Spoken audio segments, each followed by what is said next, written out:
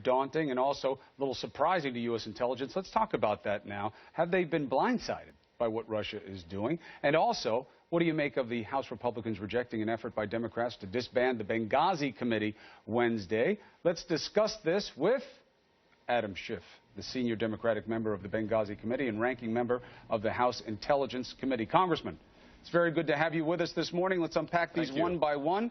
Why should that committee be disbanded with Hillary Clinton's date to testify coming up? Why not let her get up there, say what she has to say, and then decide?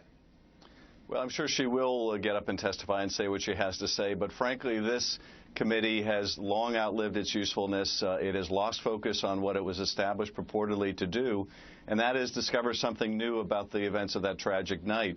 Unfortunately, it has been all about Secretary Clinton trying to take her numbers down, which, as Representative McCarthy made clear last week, is their sole focus. And that's a terrible abuse of taxpayer dollars. If, Chris, after 17 months and $4.5 million, the committee still cannot tell you what it is looking for, it's to take the committee down. The pushback is, one, you're not taking Kevin McCarthy with the benefit of context. He's saying what they discovered through Benghazi and what wasn't being revealed is what motivated the downturn in her numbers, not that it was about turning her numbers down.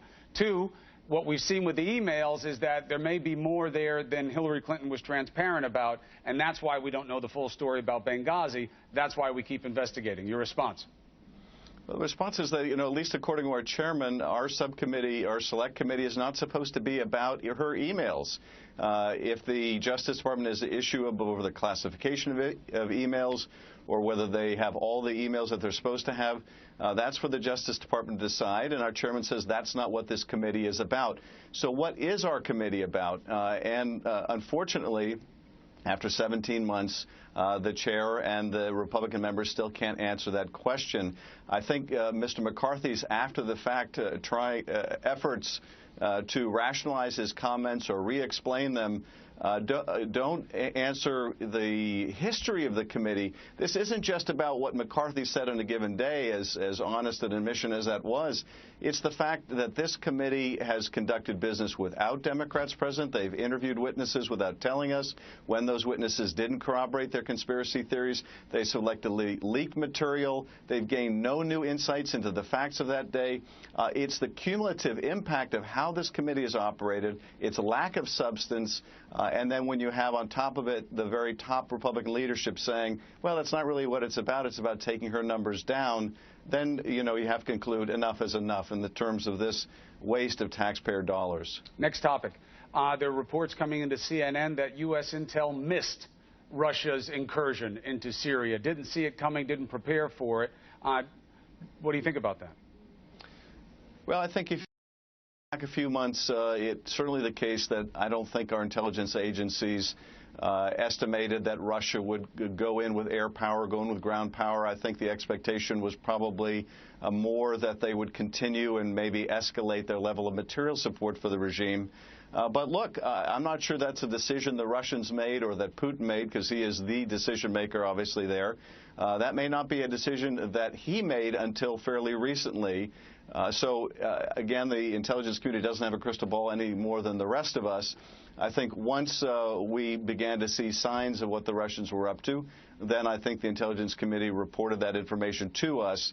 But it's difficult to fault them for knowing exactly what's in Putin's head before he makes the decisions himself. We had a guy on from Russian television, and he said, Russia wants to work with the U.S. when it comes to ISIS. They have more to feel afraid about when it comes to ISIS than the U.S. does. I mean, they have big Muslim populations. They're closer in terms of access through land. So they would do that. And in terms of Assad, what's the mystery? We're backing up Assad. Russia's backing him up. They've said that he's the only legitimate ruler there, and they're going to do it. We don't think that they'll put a lot of troops on the ground, but that's what they're doing. If it's so out in the open, why does the U.S. seem so confused by the motivations and the way forward? Well, I don't think we're confused by the motivations, but I think it's certainly true that Putin isn't being very honest about what his motivations are. They announced this military campaign as a way of going after ISIS, as a way of trying to defeat ISIS. But then they went and attacked not ISIS, but the moderate opposition. It's very much, Chris, taking a page out of what the Turks have done. The Turks announced a few months ago, you might recall, that they were joining the campaign against ISIS, and then what did they do? They went in and bombed the Kurds. So I think similarly the Russians are using the threat from ISIS, which is a real threat to them as well as to us, as a shield for their true objective, which is propping up a friendly regime, maintaining their military bases. In that respect, ISIS is useful to Putin. That doesn't diminish from the fact that that ISIS is a scourge, and ultimately this may end up biting Putin. Because you make this kind of a Hobbesian deal where you give ISIS free rein, where you weaken the forces that are fighting against ISIS, and it will often come back and bite you as well.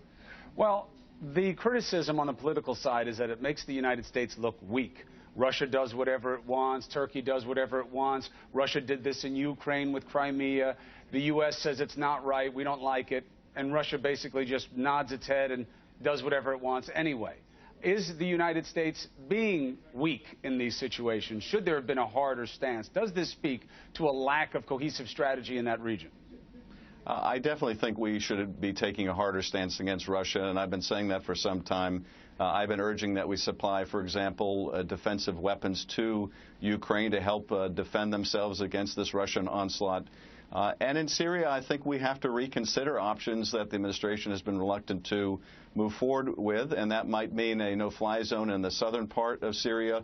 It might mean taking a position that we're not going to allow Bashar al-Assad to continue barrel bombing his own population and sending a message that if he sends up helicopters to barrel bomb people, we're going to take those down. I think these are steps that we're going to have to consider anew because there are reputational costs to be seen as not willing to support people that we're behind, not willing to take a strong position, and being challenged by others. I think that has implications that extend far beyond Syria and the Middle East. Representative Adam Schiff, thank you very much. Appreciate it.